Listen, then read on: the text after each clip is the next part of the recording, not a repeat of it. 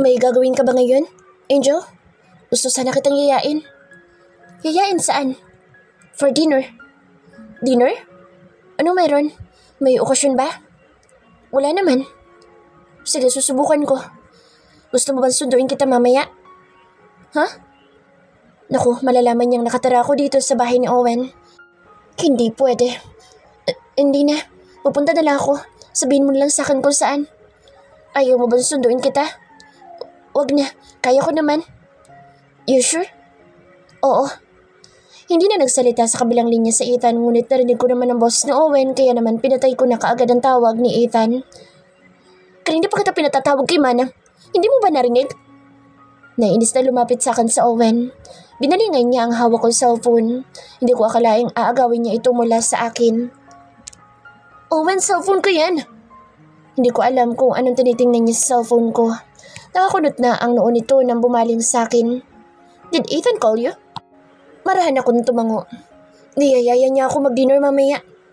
Hindi ka na pwedeng lumabas sa gabi. Makakalabas ka lang kung kasama ko. Motoridad na sabi niya. Kung ano-ano ang pinipindot niya sa cellphone ko.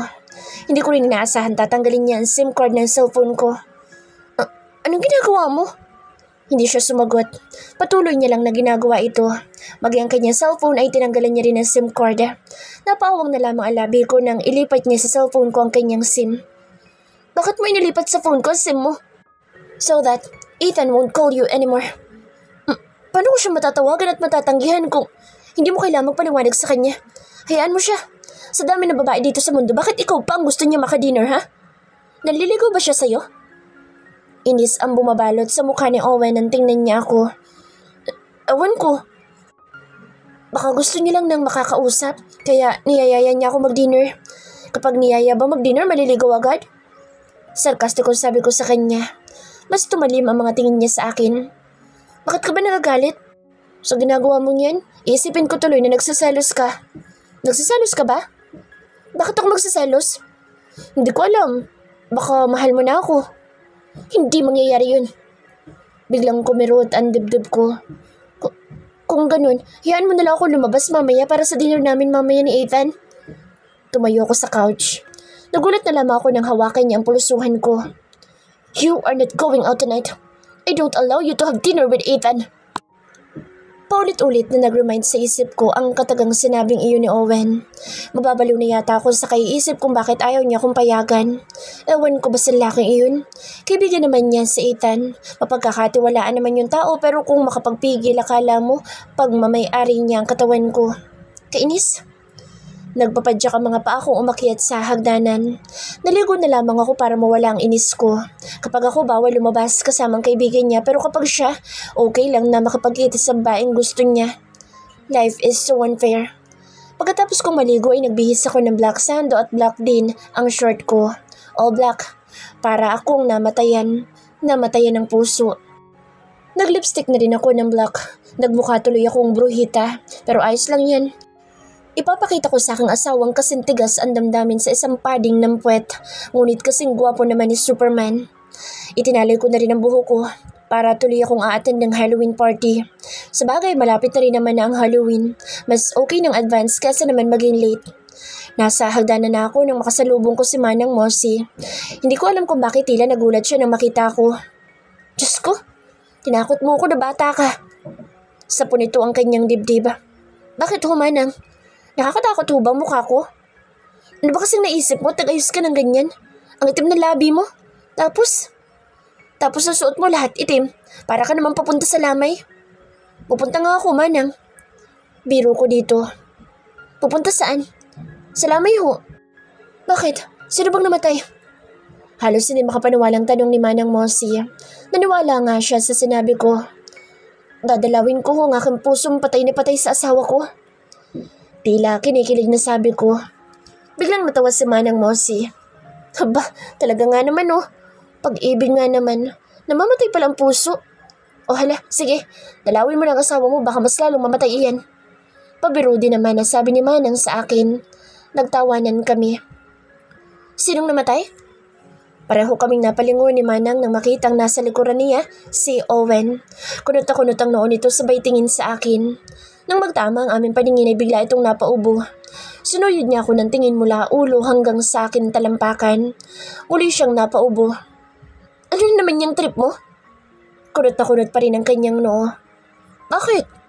Bakit ganyan ang suot mo? Ang itim pa ng lipstick mo. Dinaig mo pa sa Wednesday dyan sa attire mo. Masama ba? May gusto lang akong dalawin. Dalawin? At sino naman? Aalis ka? Hindi ba't sabi ko hindi ka pwedeng umalis ngayon? Dadalawin ko lang ang puso kung patay na patay sa'yo. Sarkastikong sabi ko. Tumikim naman kaagad ito nang marinig ang sinabi ko. May pagkasarkasam lang ang pagkakasabi ko pero totoo yun. Totoong totoo. Mula sa kaibuturan ang suot kong panty ngayon. Nag-iwas siya ng tingin pagkatapos ng ilang minuto. Magtitirik na lang ako ng kandila. Baka sakaling madala ko sa pagtitirik ng kandila. Baka sakaling mahalin niya ako. Paalan ko dito. Hindi naman na ito nagsalita pa. Hinayaan na lamang ako. Si Manang Mosi na nasa aming harapan kanina ay hindi nakaimik. Nagpalipat-lipat lamang ito ng tingin sa amin. Dara-diretso lang ako naglakad sa sala hanggang sa main door. Lumabas na lang muna ako para magpahangin. Hahanap muna ako ng dahilan kung bakit hindi ako matutuloy mamaya. Ano sasabihin ko kay Ethan? Nag-expect pa naman yun na pupunta ako. Mamaya ko na lamang tatawagan sa Ethan pero paano ko pala siya tatawagan? Ngayong iba na nga palang SIM ko. Wala na dito ang number ni Ethan sa phone ko. Yung calling card naman niya ay nakalimutan ko kung saan ko na ilagay. Habang nilalakad ko ang kahabaan ng front yard ay nakarinig ako ng tawanan ng kababaihan. Hanggang sa matanaw ko ang mga ito. Nakapasok na ang mga ito. Paano nakapasok ang mga babaeng ito? Hinintay ko na lamang sila makalapit sa akin. Paano kayo nakapasok dito? Nakataas sa mga kilay na tanong ko sa kanila. Diyos ko, ate, bakit naman ganyan ang suot mo? Malayo pa naman ang Halloween. Sabi ng isang babae. Trip ko lang. Bakit ba? Anong kailangan nyo? Gusto sana namin dalawan si Mr. Professor. Sagot naman ng mga ito. Professor? Walang professor dito. Litong-lito na sabi ko. Hindi ko kami maaari magkamali. Alam namin na bahay ito ni Professor Owen. Tsaka pinapapasok niyo kami. Sagot pa na isang babae. Napaawang ang aking labi. Hindi ako makapaniwalang naging professor pala si Owen. At ang mga babaeng ito, may balak pa yatang agawan ako. Kagad kong hinarangan ng mga ito. Actually, wala siya dito. Bumalik na naman kayo next year. Paano wala? Pinayagan niya nga kami pumasok dito, sabi ng guard. Tapos wala. Tumas ang kilay ng isang babae. Siguro mga kasing edad ko lang din ang mga ito. Ako yung nagpapasok sa inyo. Akala ko si order ko sa online yung dumating. Pwede na kayong umuwi. Pagtataboy ko sa mga ito, nagkatinginan silang tatlo. Tatlo silang mga babae na puno ng kolorete ang mga mukha. Hindi naman nila pinaghandaan ang pagdalaw nila sa asawa ko. May dala silang cake at kung ano-ano pa. Hindi ko na alam kung ano pa laman ng iba nilang dala. Mukhang ayaw pa yatang sumunod sa akin. Ako nga hindi kinakausap ng asawa ko, kayo pa ba? Si Prof! Sigaw na isang babae. Natigilan ako. Si Prof nga! Dagdag pa na isang babae.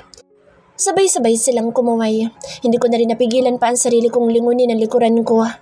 Napaawang na lamang ang labi ko nang makita ang asawa ko. Nakapamulsa ito habang nakatingin din dito sa kinaroroonan namin. Paano siya nakakangiti ng ganyan? Samantalang sa akin halos ayaw niyang ngumiti. Tara na, sambit na isang babae. Hep hep? Hinarangan ko naman kaagad ang mga ito. Hindi kayo pwedeng pumasok. Hindi niyo pwedeng lapitan ng si Owen. Bakit ba? Sino ka ba? Professor namin siya dati at may pahintulot na mula sa kanya ang pagpasok namin dito. Hindi ko akalaing itutulak ako ng isang babae. Tara na nga. Nagawa pa akong tarayan ng mga ito. Pinagmasdan ko na lamang ang mga ito habang tinatahak ang kinaroroonan ng asawa ko. Kumunot naman ang noo ko nang mas lalo pang lumapad ang ngiti ng asawa ko nang makalapit ng tuluyan sa kanya ang tatlong inahin. Mga estudyante niya raw dati. Ang lalandi. Kung pwede nga lang pagbubuhuli ng kanilang mga buhok at itali sa gate ay nagawa ko na para hindi sila makalapit sa asawa ko. Ngunit hindi. Si Owen na mismo ang nagpapasok sa kanila at wala na akong magagawa. Ang tanging ginawa ko na lamang ay sundan ng mga ito. Nagtungo sila sa sala. Pinaupo ni Owen ang kanyang mga bisita sa couch. Professor, kumusta na po kayo? Matagal na rin ho na hindi namin kayo nakita. Narinig kong tanong ng isang babae. Sus, gusto mo lang talaga magpa-cute sa asawa ko. Hindi na ako ngayon ang professor niyo kaya pwede niyo na lang akong tawagan sa pangalan ko. Nakangiting sabi ng asawa ko. I rolled my eyes. Talaga lang ha? Ang landi naman ng asawa kong to.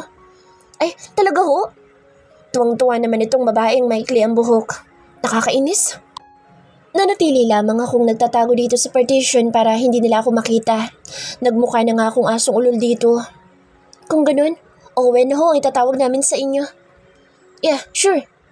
Kumulo ka agad ang dugo ko sa narinig ko. Bakit sa ibang babae parang nagagawa niyan lumandi? Bakit sa akin hindi niyo man lang masakyan ang kalandian ko?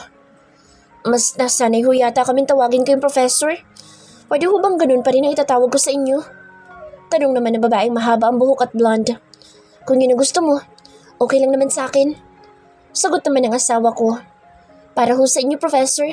Chocolate. Ibinigay na mahabang buhok ang chocolate itong dala. Ano bang meron at may mga gifts silang dala para sa asawa ko? Ito naman ho sa akin, professor. Nag-bake ho kasi ako kanina. Sana magustuhan niyo ho ang lasa. Sabi naman ng babaeng may maitim at mahaba na buhok. Kaya ko rin namang gawin yun. Angel, Iha, anong ginagawa mo dyan? Nagulat ako nang biglang magsalita si Manang Mosi. Napatayo akong bigla kaya naman ganoon na lamang ang pagkauntog ng ulo ko. Aray ko! Himas-himas ko ngayon ang ulo ko. Manang, what's going on there? Narinig kong tanong ni Owen kay Manang Mosi. Si Ma'am Angel ho kasi sir. Kagad kong sinanyasan si Manang Mosi na huwag niyang sabihin na nandito ako. Tumigil naman si Manang na tila ba naiintindihan niya naman ang sign language ko. Wala ho sir. Dagdag ni Manang Mosi at buti na lang hindi niya tinuloy sabihing nandito ako nagtatago. Thank you Manang. Kaagad na pasasalamat ko nang makapasok kami sa loob ng kusina. Hindi na ako nakinig pa sa pag-uusap nila. Hayaan ko na lamang sa Owen na landiin ang mga babaeng iyon. Manang, ano ang meron ngayon? Bakit may mga dalang gifts ang mga babaeng iyon para sa asawa ko? Hindi mo ba alam? Birthday niya ngayon. Birthday? Birthday ni Owen? Halos hindi ako makapaniwala. Wala naman kasing nagsabi at hindi ko rin alam ang birthday niya. Sanay na ako sa batang yan. Hindi talaga nagsaselebrate ng kanyang birthday. Hindi po pwede, Manang. Anong hindi pwede? Hindi pwedeng wala akong present sa asawa ko. Manang, yung mga babaeng yun nga may gift sa asawa ko. Ako pa kaya? Marunong ka bang mag-bake, Manang? Naku, konti lang ang alam ko sa ganyan. May alam naman ako ng konti sa pagbe-bake. Madali lang naman iyon. Alam ko na ngayon ang gagawin ko. Magpapatalo ba ako sa mga babaeng iyon? Igagawa ko rin ng cookies sa asawa ko. Mas masarap para hindi niya makalimutan. Nagpatulong ako kay Manang sa pagbe-bake. Ilang beses ding nasayang ang gawa ko dahil hindi naman masarap. Yung iba naman, nasunog at matigas. Manang, hindi ko na yata magagawa ng cookies sa asawa ko. Bagsak ang pangalan, sabi ko. Ibang cookies na lang ibigay mo. Anong cookies naman po? Bibili na lang ba ako sa labas? Gusto ko kasi ako mismong gumawa para ma-appreciate niya. Yung cookies mo. Natigilan ako dahil sa sinabi ni Manang. Yung cookies ko? Iniisip ko pa kung ano ibig sabihin ni Manang. Bigla naman nag-sink in sa utak ko ang ibig nitong sabihin. Natawa na lamang ako. Siyempre Manang, iba yun. Sa gabi yun at iba rin yung ngayon. Pagbibiro ko. Nagtawanan tuloy kami ni Manang. Hindi pa rin naman ako sumuko. Nag-bake ulit ako at sa kauna-unahang pagkakataon na perfect ko rin ito. Ang sarap na ng cookie mo, ma'am. Sabi ni Manang. Pasado na ho ba, Manang? Nag-thumbs up lamang ito. Anang, pwede ko ho ba kayong utusan? Aba, syempre naman iha. Ano yan? Pwede niyo ho bang tingnan kung nandoon pa yung mga inahin sa sala? Inahin? Yung 3 babae. Pabulong ko sabi kay Manang. Natawa naman ito. O sige, titingnan ko. Tumalikod na si Manang kaya naman inihanda ko na ang cookie na ibibigay ko sa asawa ko. Sigurado akong magugustuhan niya ito. Hinintay ko ang pagbabalik ni Manang. Maya-maya lang din ay pumasok na ito. Wala na yung mga inahin, iha. Pero nandiyan ang kapatid ni Sir. Si Sir Oscar. Okay lang humanang. Patitikman ko na rin ito kay Kuya Oscar. Excited na akong puntahan sa Owen sa sala. Iniwan ko si Manang sa kusina at nagmadaling lumabas. Nadatnan ko sa sala sila Owen at Kuya Oscar. Puno ng pagtataka na patingin sa akin si Kuya Oscar. Angel? Sambit nito. Ako nga ho. Ngiting-ngiting sagot ko. Anong ginagawa mo dito? Nakakapagtaka ba kung bakit nandito ako? Siyempre asawa ko ng kapatid niya. Natigilan naman ako na maalalang hindi nga pala asawa ang pagkakaalam ni Kuya Oscar kundi kaibigan lang ako ni Owen. Napansin kong pinanlakihan ako ng mga mata ng asawa ko. Sinanyasan niya ako. Alam ko kung anong ibig sabihin ng sanyas niyang ito sa akin. Nandito ako dahil birthday ni Owen. Ipinagbay ko nga siya ng cookie. Tikman mo to, Owen. Inilapit ko kay Owen ang dala kong cookie. No thanks. Tinanggihan niya ang cookie ko. Patikim nga. Si Kuya Oscar naman ay parang gustong-gusto niyang tikman ang cookie ko. Gusto mo bang tikman ang cookie ko, Kuya Oscar? Nakangiting tanong ko rito. Nagatinginan si Kuya Oscar at Owen. Hindi pa man nakakasagot si Kuya Oscar ay lumapit na ako dito para patikman sa kanya ang cookie ko. Ako na nga ang nagsubo sa kanya. Baka makalimutan mong pangalan mo, Kuya Oscar. Biro ko pa. Nang balingan ko si Owen ay nakakunot na naman ang noo nito. Nakatingin siya sa kamay kong nakahawak ng cookie para isubo ito kay Oscar. Wow, ang sarap ah. Komento ni Kuya Oscar pagkatapos niyang kumagat ng konti. Siyempre, akong gumawa niyan eh. Gusto mo pa ba, Kuya Oscar? Sigurado makakarami ako niyan, Angel. Sagot naman ito. Napangiti na lamang ako. Tikman mo, Owen. Niyaya ni Kuya Oscar si Owen ngunit tumayo lamang ito mula sa pagkakaupo. Ikaw na lamang. Walang modo na sagot ni Owen sa kapatid niya. Nagkatinginan na lamang kami ni Kuya Oscar. Ano nangyari doon? Tanong ni Kuya Oscar sa akin. Ako pa tinanong nito gayong hindi ko rin alam kung bakit galit na naman ito. Ano kayang nangyari doon? Bigla na lamang aalis. Pinapatikman ko yung cookie ko, ayaw naman niya. Magbabaon ako ditong cookies mo, Angel. Masarap na gustuhan ko. Nakangiting sabi sa akin ni Oscar. Talaga ho, Kuya Oscar? Buti naman nagustuhan niyo. Own recipe ko kasi yan.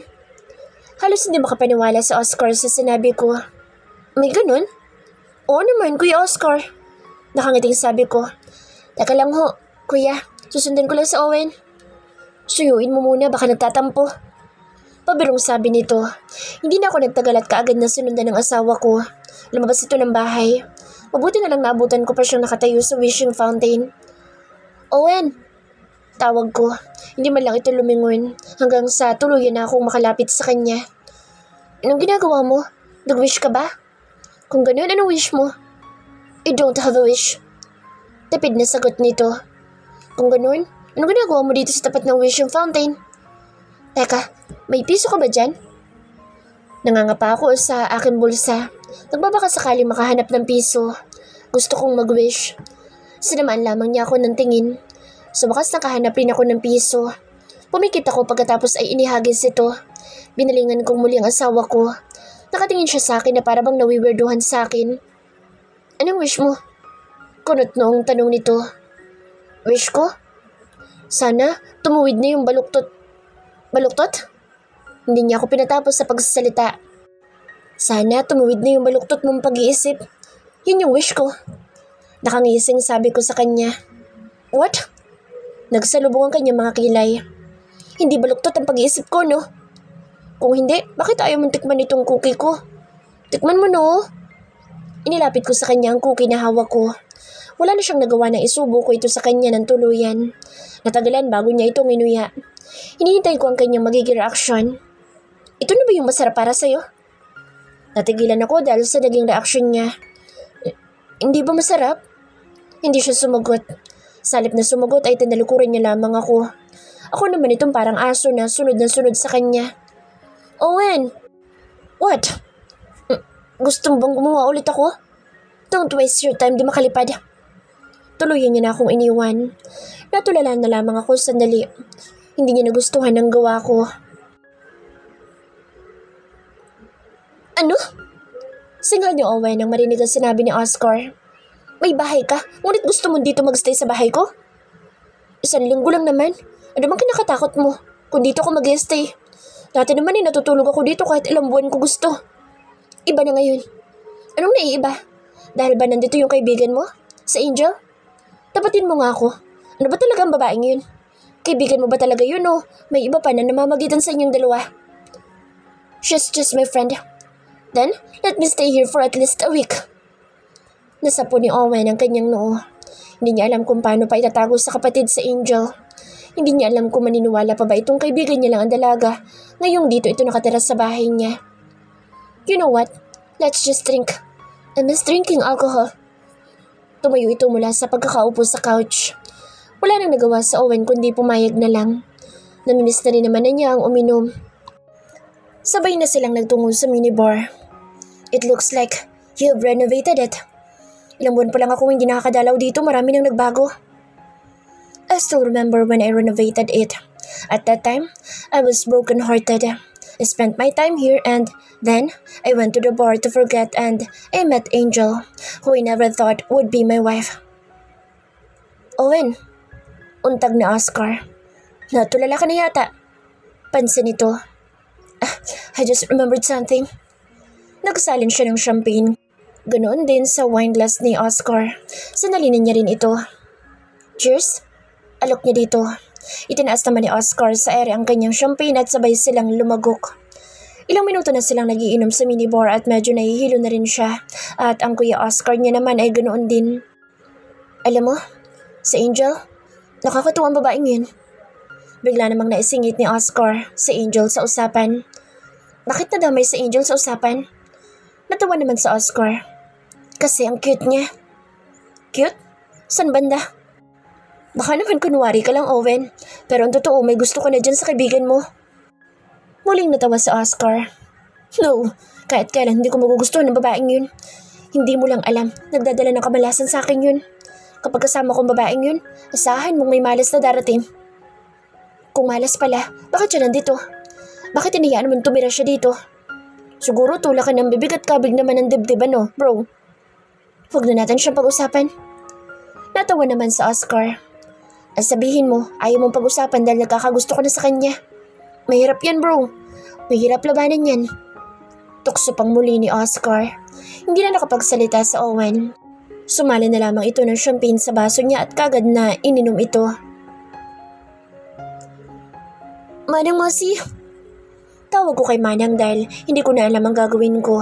Nasira yata ang tiyan ko sa cookie na ginawa ko dahil kanina pa ako pabalik-balik dito sa lababo. Ano yun, Iha? Kaagad naman na lumapit si Manang. Manang, ano ho kayong pwede kong inumin? Kanina pa ho kasi ako pabalik-balik dito sa lababo para sumuka. Ano ba nangyayari sa'yo? Nahihilo ka ba? Umiling-iling ako. Wala naman ako ibang nararamdaman kundi ito lang. Hindi ko talaga mapigilan bumaliktad ang sigmura ko. Ayaw yata nito sa cookie ko. Bumilog ang labi ni Manang. Diyos ko, baka naman buntis ka. Natigilan ako dahil sa sinabi niya. Buntis? Ako? Oo. May nangyayari naman yata sa inyo ni Sir Owen. Oo. Maraming beses na rin. Kagat-labi na sabi ko kay Manang. Naku, baka nga tamang hinala ko. Buntis ka nga, Iha. Kung ganun, napakasaya ko. Lumapad ang ngiti ko at halos umabot na sa akin tenga. Pero hindi pa tayo sigurado. Kailangan mo munang gumamit ng pregnancy test para makasigurado tayo. Ngayon palang Manang, gusto ko nang sabihin kay Owen na buntis ako. Sana nga Manang para matuwa sa Owen. Magpahinga ka na muna doon sa sala. Magpapakulo ako ng mainit na tubig para maligamgam ang iinumin mo. Huwag ka na munang uminom ng malamig na tubig dahil baka mabigla ulit ang sikmura mo. Wala nang laman niyang tiyan mo. Sige Manang, salamat. Nagtungo na lamang ako sa sala. Dito rin naman ako matutulog. Ang dami naman kasi silid na bakante pero hindi yun pinapagamit ni Owen sa akin. Ayaw pa niyan tumabi ako sa kanya, hindi ko naman siya kakagatin. Ilang minuto lang ay dumating na rin si Manang dala ang tubig. Uminom ka muna. Ibinigay niya ito sa akin. Gusto mo bang kumain? Gusto mo ng gatas? Ipagtitimpla kita. Umiling na lamang ako. Sa ngayon wala akong gustong kainin. Nasaan nga pala si Owen at Kuya Oscar? Kanina lang ay nandito pa sila. Hindi ko tuloy maiwasan na itanong yun kay Manang. Nasaan ho si Owen? Naku, nasa minibar. Baka lasing na yung dalawa sa mga oras na ito. Dito ko matutulog si Kuya Oscar? Sigurado yun. Nagbabakasyon talaga yun dito sa bahay ni Owen. Ilang linggo nga siyang tumitira dito.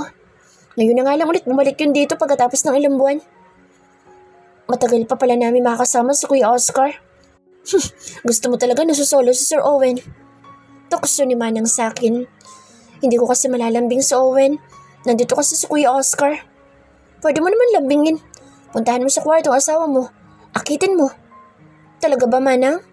Sa tingin mo effective yan sinasabi mo? Aakitin ko si Owen? Tsaka kung lasing na yun, tama-tama akitin mo ngayon ang asawa mo. Naku, Manang, baka bagsak na yun ngayon. Sa bagay, baka nga lasing na lasing natin, di na nakatayo o nakalakad pa papunta sa kwarto niya. Bukas ko na lamang siya kakausapin. Sasabihin ko kaagad sa kanya resulta ng pregnancy test bukas. Kapag naging positive, ibabalita ko kaagad sa kanya. Oo, Iha, tiyak na matutuwa yun. Magpahinga ka na. Kayo rin ho, Manang. Magpahinga na rin. Sige, maiwanan na kita dito, Iha. At ako inaantok na rin. Tuluyan na nga akong iniwan ni Manang. Ako na lang mag-isa dito sa sala. As usual, dito na naman ako matutulog sa sala. May asawa nga ako, hindi ko naman nakakatabi. Nalalanta na yung kifi ko, hindi man lang nadidiligan. Noon, hindi ako nakakatulog kapag madilim pero ngayon gusto ko na ng madilim ang paligid. Pinatay ko muna ang ilaw para naman makatulog ako ng mahimbing. Ilang minuto na ang nakalipas ngunit hindi pa rin ako makatulog. Hanggang sa makarinig ako ng kalabog na tila ba bumagsak sa sahig. Manang? Ikaw ba yan? Kinakabahang tanong ko ngunit walang sumagot. Manang! Hey, Angel! Pause yung nagsasalita. Hindi ko makilala ang boses nito. Multo? What the? Hindi ako multo. Doon ko palang nakilala ang boses ng asawa ko. Nagmadali akong puntahan ang switch ng ilaw. Tumambad sa akin ang aking asawa na nakahandusay sa sahig. Owen! Kagad ko namang nilapitan nito. Ano ba nangyari sa'yo? Bakit nandyan ka na sa sahig na kahiga? Inalalayan ko siyang tumayo. Help me. Ayoko nga. Inirapan ko ito. Help me? Or else ano? Iinom-inom ka, hindi mo naman pala kaya. Muli ay irap ko sa kanya. Sinubukan kong talikuran ito. Gusto ko kasing marinig muna mula sa kanya yung please. Angel! Muli itawag niya. Sinusubukan niyang tumayo ngunit hindi siya makatayo. Palihim akong natawa. Bahala ka dyan. Hanggat hindi ko narinig yung magic word, hindi kita itatayo dyan. Simple lang naman yung magic word eh. Kayang-kaya mo sambitin yun. Kung hindi mo naman kayang sambitin, matulog ka na lang dyan. Bukas ka na lang tumayo. Shit. Sinubukan niya ulit na tumayo ngunit hindi niya talaga magawa. Natutumba lang din ito. Angel, di ba kalipad? Mariin nabanggit ito sa pangalan ko. Yes, husband? Meron ba akong may tutulong sa'yo? Mapang-asar na sabi ko sa kanya. Help me to get off from here. Say the magic word, husband ko. Pinalambing ko ang boses ko. Okay, fine. Please, baby. Nakagat ko kaagad ang labi ko dahil sa tinawag niya sa akin. Kinikilig na naman ang pechay ko. Ano nga ulit yun? Pakiulit? Help me to get up from here. Shit! Hindi yun ang narinig ko eh. Okay, dyan ka na lang matulog. At tutulog na ako. Sinubukan kong humiga na sa couch. Damn it! It's cold here! Inis na sabi niya. Hindi na ako umimik pa. Nagkunwari na lamang akong tulog na. Lalasing-lasing na sobra, hindi naman kaya. Baby! Naimulat ko ang aking mga mata dahil sa muling pagtawag niya sa akin. Kagatlabi na naman ako nakikinig sa kanya. Baby, please! Muli ay sambit niya. Tumayo ako mula sa couch at nilapitan siya. Kung hindi lang talaga ako naawa sa'yo, hahayaan kitang dyan matulog. Lanta na nga yung pechay ko. Dapat mo nang diligan, naglasing ka pa. Paano mo madidiligan ng pechay ko kung ganyan ka? Mahinang sambit ko, yung hindi niya masyadong maririnig. What? Mabuti naman at hindi niya narinig. Wala, umawa ka na lang sa braso ko. Yumuko ako para maabot niya ang braso ko. Salip na matulungan siya para maitayo ko ay ako naman itong nadadala niya kaya naman pareho kaming bumagsak sa sahig. Natawa na lamang ako at siya naman ay napamura na lang. Bakit bakas ang bigat mo? I thought you could fly.